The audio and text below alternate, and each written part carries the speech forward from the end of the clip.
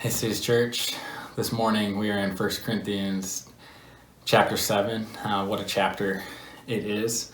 I'm trying to give a little context for the chapter and then really end where Paul, I think, gives us greater perspective in all these circumstances he's talking about. And he's talking about a handful of different circumstances here. So context for where we are in the letter.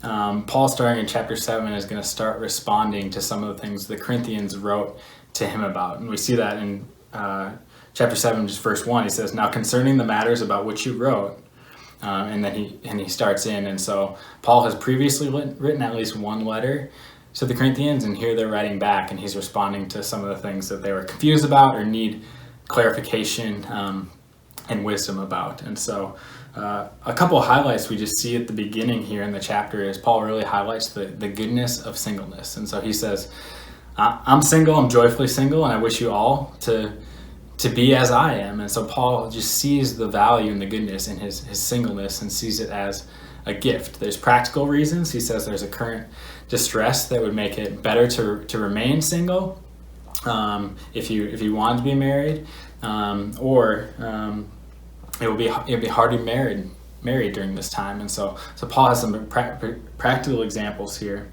but he also says that you can be more devoted to the Lord, and so your interests are less divided. And so marriage is a good thing, but he says there's responsibilities that come with it to your spouse or to your kids. And I wish you all to be wholly devoted to the Lord, and that is easier in some ways to be fully in the service to the Lord as a single. And so Paul highlights that and holds that up. Maybe he holds it up to such a degree that some of them were confused, because right after this he also talks about the goodness of marriage and the goodness of sex. He's saying don't abstain from it. If you're in marriage, have sex and don't withhold or deprive one another from it. And if you're going to, only in a season that you mutually agree on, to pursue the Lord for a short season and then come back together. And so he's not saying marriage or sexual relations in the proper context is a lesser thing here, but he's highlighting the value of singleness. And so even as he addresses some of the groups, one of them, he says, remember the Lord said that don't separate, don't divorce if you're married. And so he says it's upholding what singleness is, but he's not saying it's better, therefore divorce and go back to singleness so you can be wholly devoted to the Lord. He's saying live in the circumstance that you were called. And so he talks to singles here, he talks to those married, he talks to those that are a believer who's married to an unbeliever, and then he talks about those who are betrothed here. In all those contexts, he gives advice, but he's exhorting them to live content to where they are called. Some reasons temporal because of the current distress, but some because of the nature and temporalness of the world and our time here. And so when we get to the end of the chapter, Paul starts to zoom out a little bit and give us broader context. And so we see this in verse 17. He says, only let each person lead the life that the Lord has assigned to him and to which God has called him. And so he's saying live content in the circumstance that God has currently called you in. Contentment is an internal state of our heart far more than a circumstantial thing. And so don't believe the lies that if I got a certain thing, then I would be content. But contentment is something that Paul says is a good mystery that he has learned, the secret to being content in whatever circumstance. And so here Paul is saying be content in your current circumstance, and he gives us a handful of reasons. One is because your circumstance doesn't make you more or less a Christian. And so he's saying if you're married and you want to be wholly devoted to the Lord, don't divorce. Or if you're single and you want to image God's love that he has for the church, the way that marriage reflects that, it's okay to desire to be married, but that doesn't make you more or less a Christian in any of these circumstances. Live the life that you're called in. Even if you were called and became a believer as an unbeliever while married, and your spouse still does not believe in Jesus, he says that's the circumstance God has called you to, and you're fully a Christian in that. And so don't think changing your circumstance makes you more or less of a Christian, but live as the Lord has called you, and by his grace are fully a Christian in any of these circumstances. And so one reason he says to be content is because you don't have to change that circumstance to be more approved by God and become more of a Christian.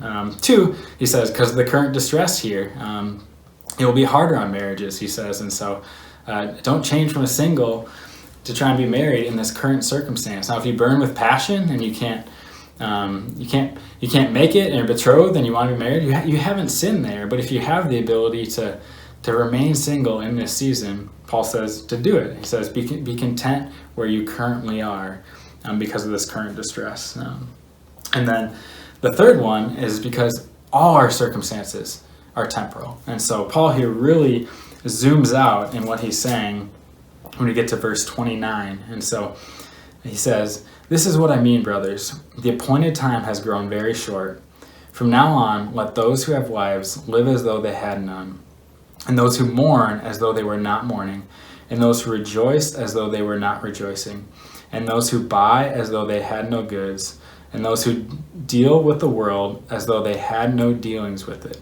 For the present form of this world is passing away."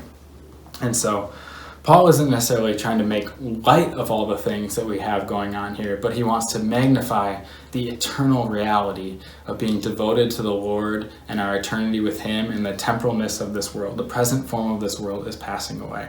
And so even he says marriage is a good thing, he says live as if you have no spouse. Live as if you have children. If you have dealings with the world, live as if you don't have dealings with the world. And so Paul zooms us out to say, here's what really matters. Live content where you're called. It's temporary. Your marriage is temporary. Your dealings with the world are temporary. Your joys and sorrows are temporary. And so live eternally for what matters. Live content where you are now, because it's all going to change. Marriage is a short season here on earth. Our dealings are a short season. Our singleness is a short season.